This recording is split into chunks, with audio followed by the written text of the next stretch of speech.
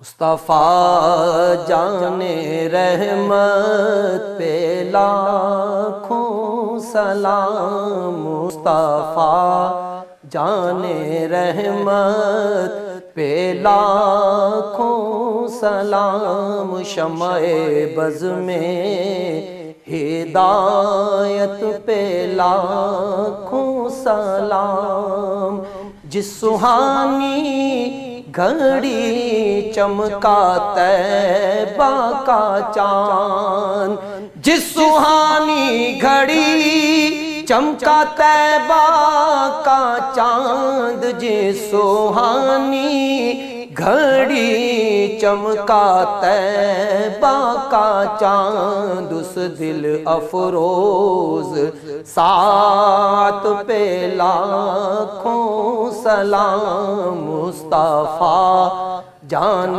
رحمت پہ لاکھوں سلام، شمع بز میں ہدایت پہ لاکھوں سلام، اصحابک یا سیدی یا حبیب اللہ، الصلاۃ والسلام علیک یا سیدی یا رحمت للعالمین، وعلی آلک و اصحابک یا سیدی یا خاتم النبیین۔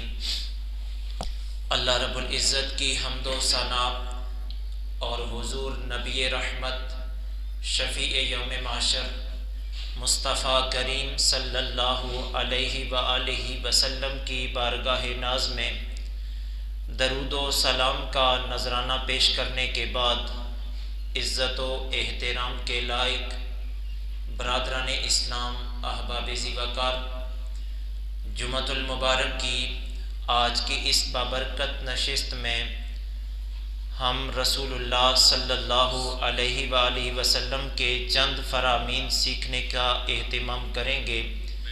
اللہ کریم کی بارگاہ میں دعا ہے، اللہ رب ذوالجلال میری زبان پہ کلمۃ الحق جاری فرمائے اور قابل عمل باتوں پہ ہم سب کو عمل کی توفیق عطا فرمائے۔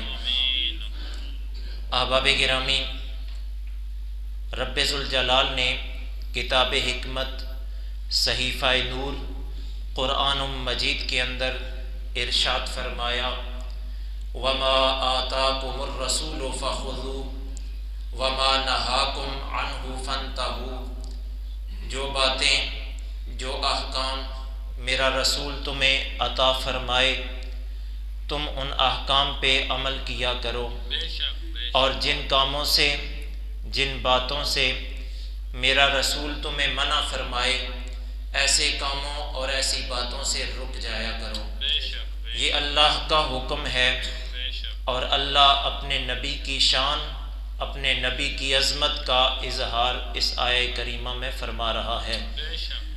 مفسرین لکھتے ہیں دین اسلام وہی ہے جو ہمارے حضور صلی اللہ علیہ وسلم کی زبان اقدس سے نکلا ہے۔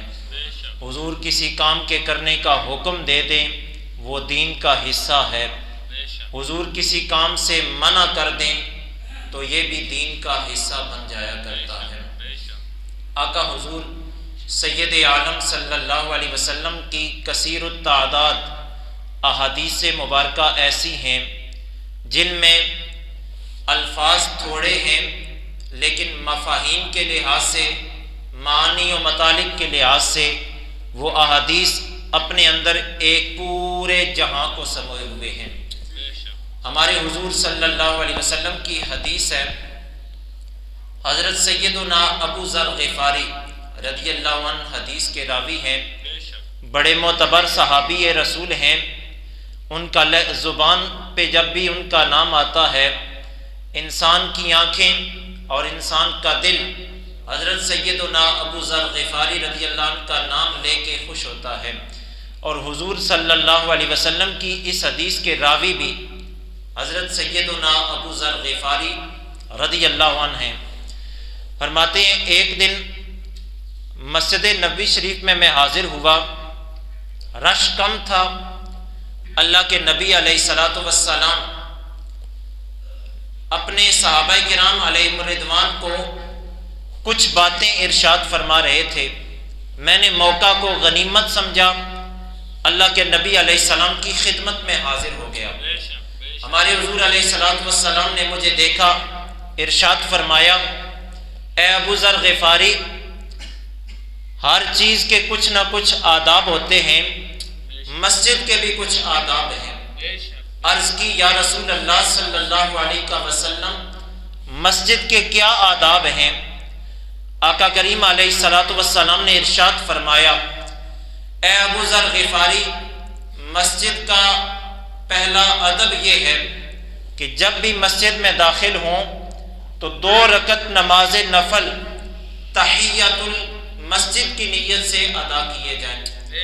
حضرت سیدنا ابو ذر غفاری رضی اللہ عنہ کھڑے ہوئے اور مسجد کے ایک سائڈ پہ جا کر کے 2 رکعت نماز نفل تحیۃ المسجد کی نیت سے ادا کرنے لگے۔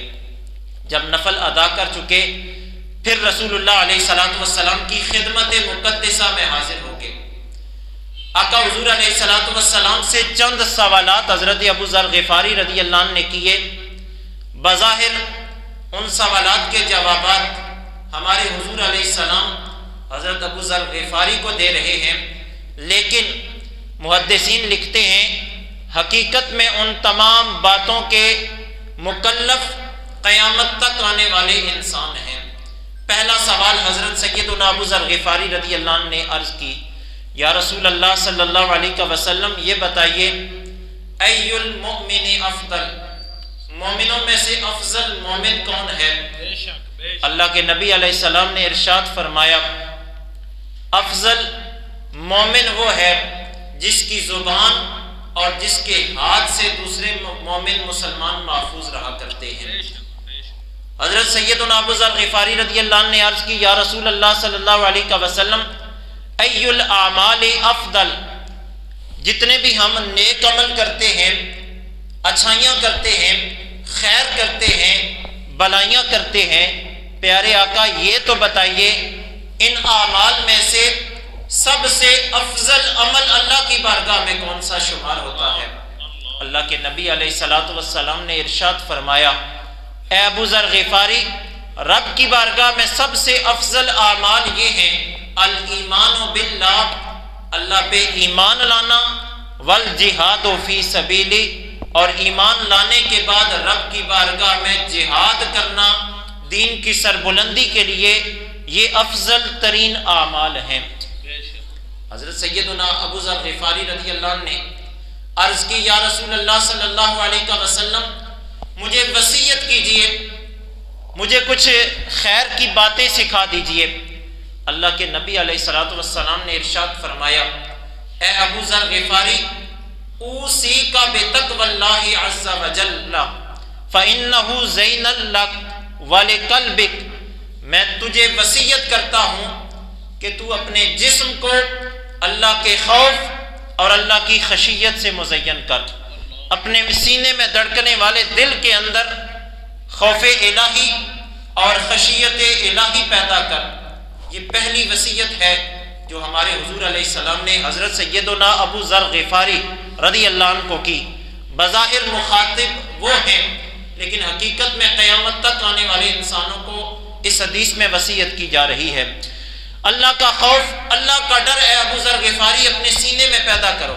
فائدہ کیا ہوگا؟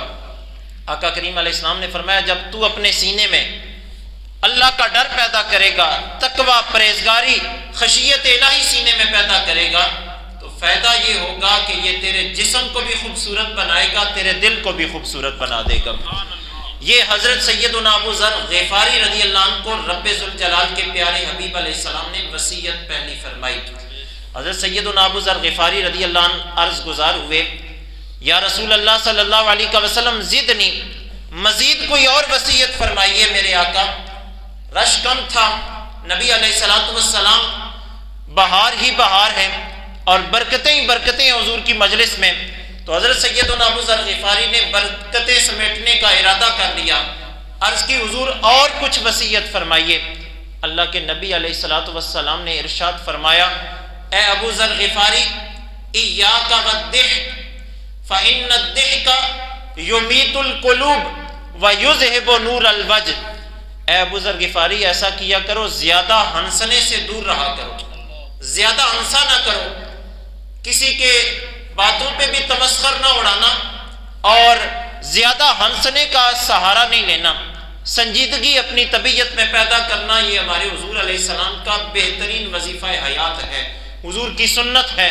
آقا کریم علیہ السلام نہ خود زیادہ مسکراتے تھے اور نہ اپنے صحابہ کرام علیہ رضوان کو اس کی طرف لے کر کے جایا کرتے تھے۔ فرمایا ابو ذر غفاری ہنسنے سے بچا کرو، اس کا نقصان یہ ہے فَإِنَّهُ يُمِيتُ الْقُلُوبِ، زیادہ ہنسنا انسان کے دل کو مردہ کر دیتا ہے۔ بندہ نیکیاں کرتا ہے لیکن مزہ نہیں آتا، لطف نہیں آتا، پریشانی ہے، تو اس کے پیچھے بہت سارے اور اعمال ہوتے ہیں جو ہمارے نیک اعمال کو اپنے اندر ضم کر لیتے ہیں۔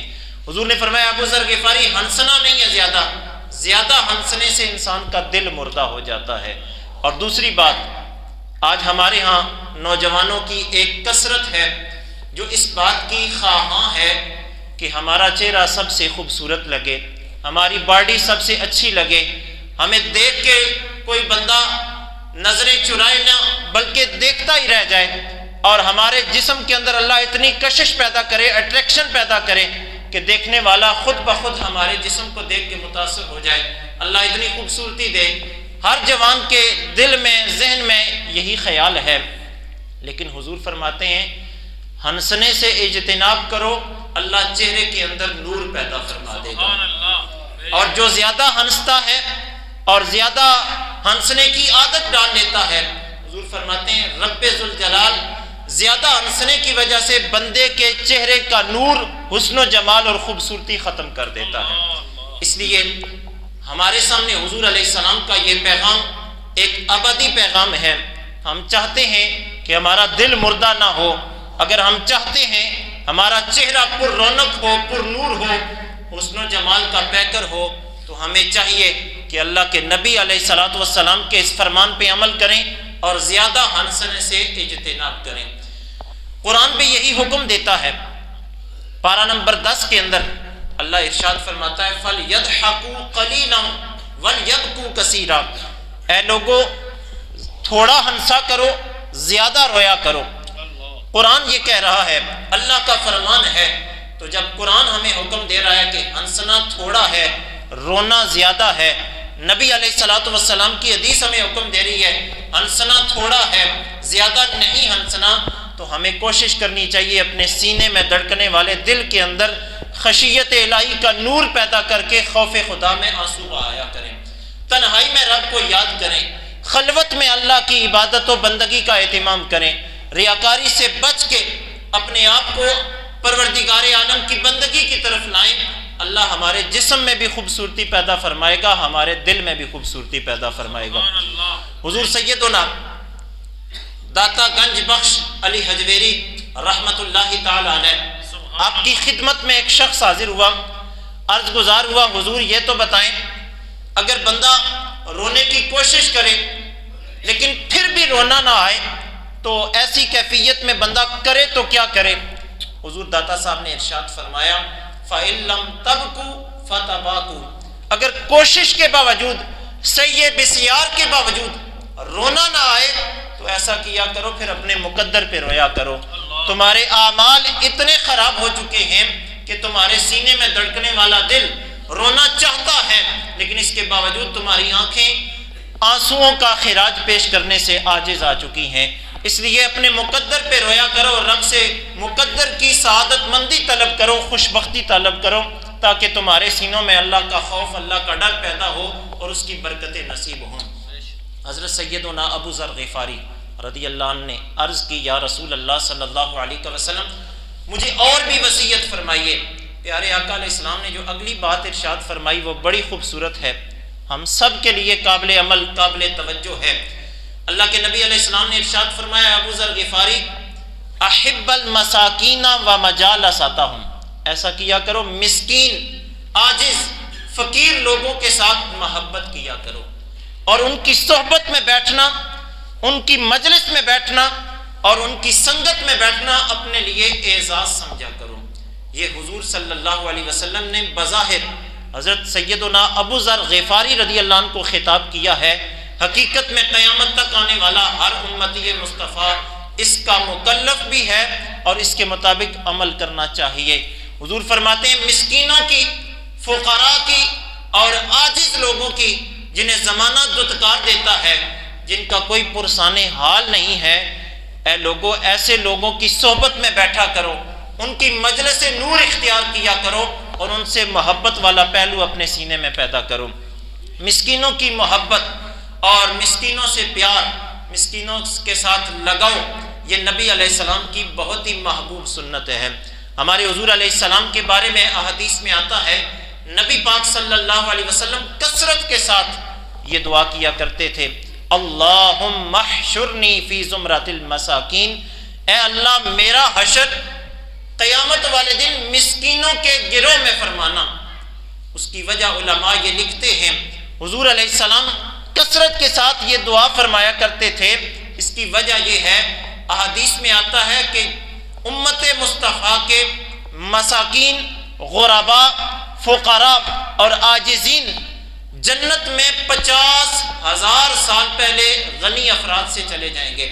اس لیے حضور فرمایا کرتے تھے، اے اللہ مجھے مسکینوں کے گروہ میں اٹھانا قیامت والے دن، میرا حشر مساکین کی جماعت میں کرنا۔